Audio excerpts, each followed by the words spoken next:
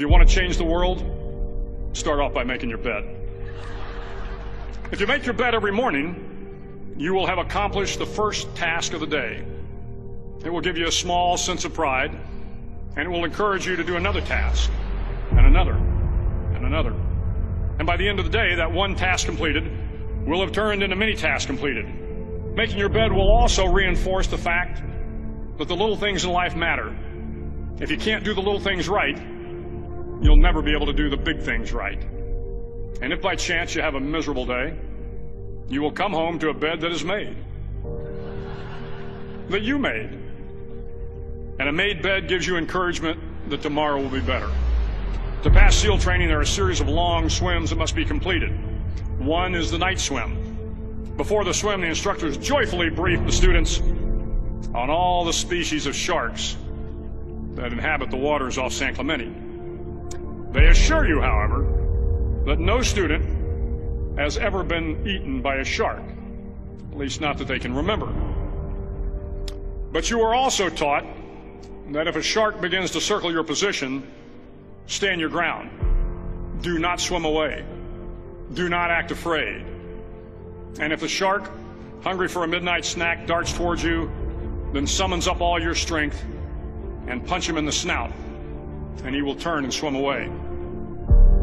There are a lot of sharks in the world. If you hope to complete the swim, you will have to deal with them. So if you want to change the world, don't back down from the sharks. Over a few weeks of difficult training, my SEAL class, which started with 150 men, was down to just 42. There were now 6 boat crews of 7 men each. I was in the boat with the tall guys, but the best boat crew we had was made up of the little guys, the Munchkin crew, we called them. No one was over 5'5". The Munchkin boat crew had 1 American Indian, 1 African American, 1 Polish American, 1 Greek American, 1 Italian American, and 2 tough kids from the Midwest. They out-paddled, outran, and outswam all the other boat crews. The big men in the other boat crews would always make good-natured fun of the tiny little flippers the Munchkins put on their tiny little feet prior to every swim. But somehow these little guys from every corner of the nation and the world always had the last laugh, swimming faster than everyone and reaching the shore long before the rest of us. SEAL training was a great equalizer.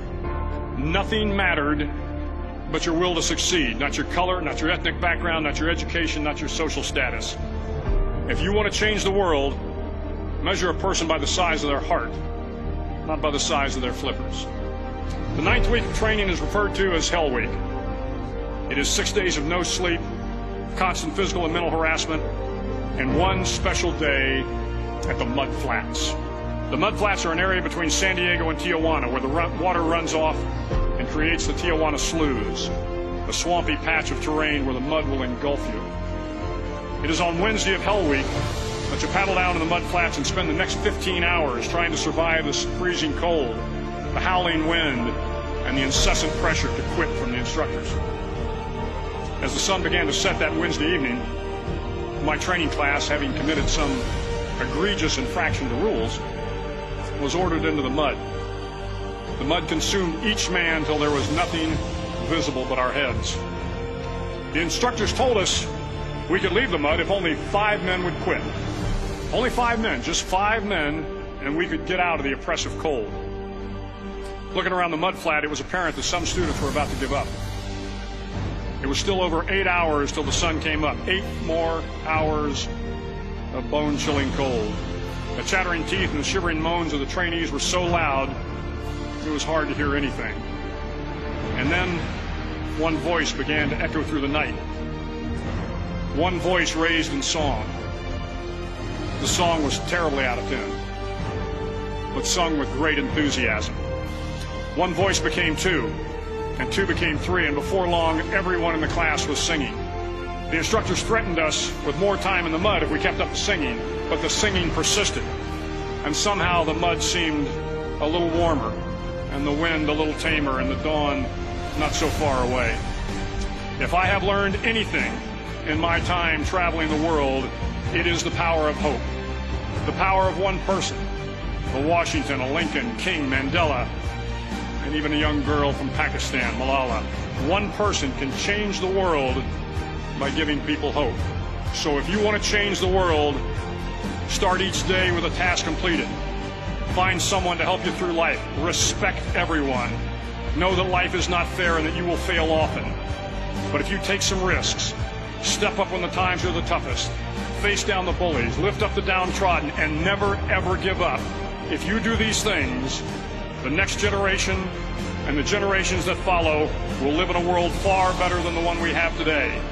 And what started here will indeed have changed the world for the better.